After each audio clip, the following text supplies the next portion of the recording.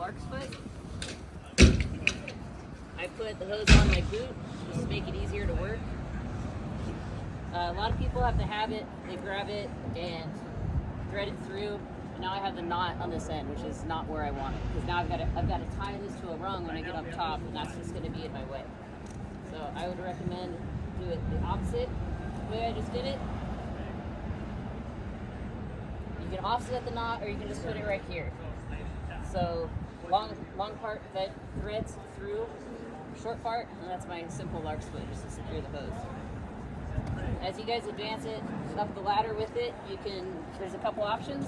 I can hook it over my shoulder, just so I've got some tension on it, and then I can climb up the ladder kind of like this. Or I can wrap it around my hand and climb up the ladder like that. It's a self-tensioning knot, so if I try to adjust it with some tension on it, it's not going to go anywhere. So if you guys need to manipulate it, which you probably will, just make sure there's tension off of it, and then you can move it wherever you want it. Alright, so once you've got your lark's foot on, you're going to go up the ladder. Anytime I'm climbing with a tool, I'm making sure one hand is on the beam instead of the rungs, because if I'm climbing like this, I'm coming out of contact with the ladder. My hand's always on the beam. I've got 3 points of contact. Can someone flip the ladder, please? Stand on the other side so you've got both toes on both butt spurs. Perfect.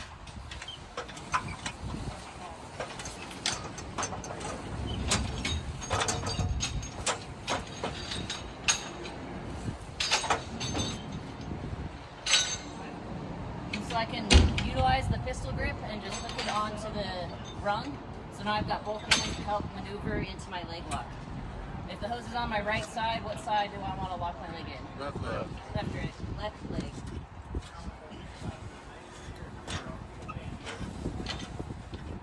Pretty much everyone in this academy is going to go in the same spot. You're just going to have to work around the pulley. Because of the height of the ladder and where the windowsill is, that's just what it is.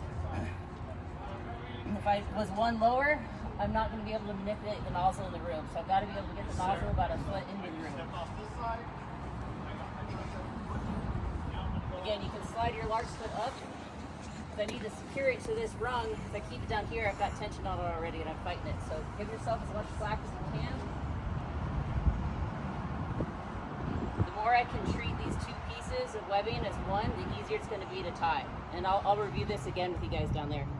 I'm just going to do a clove hitch.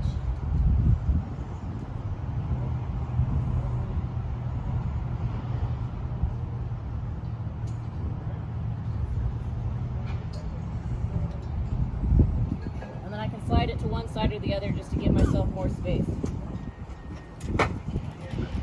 Make sure your toes wrapped around the beam when you guys lock in. So the easiest way to maneuver this hose in this awkward space, I put my right hand or your left, whatever side the hose is on, down low so I can manipulate it in here. If I'm trying to do it all right here, it gets heavy and pretty awkward. If I just reach a hand down, much easier to manipulate that into the room. You can leave it there when you flow or not, it doesn't matter. This is just to maneuver it in and out of the room.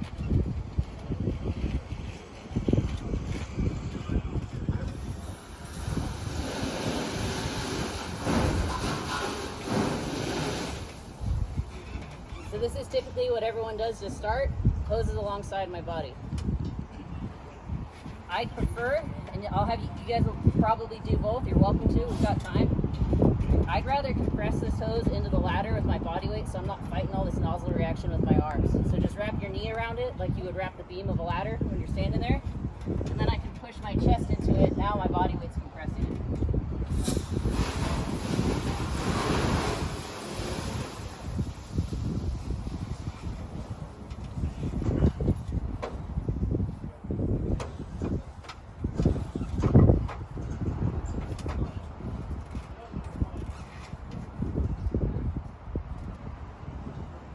So you guys will flow for about 10 seconds, just demonstrating control. Open and close the nozzle slowly so it's under control, so I'm not getting extra nozzle reaction.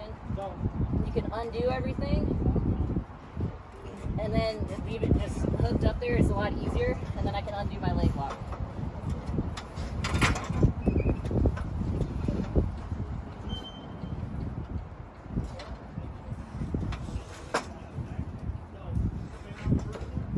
And then someone will run the bike back a hose with me. Make sure you're moving at the nozzle's pace so you don't pull them off the ladder.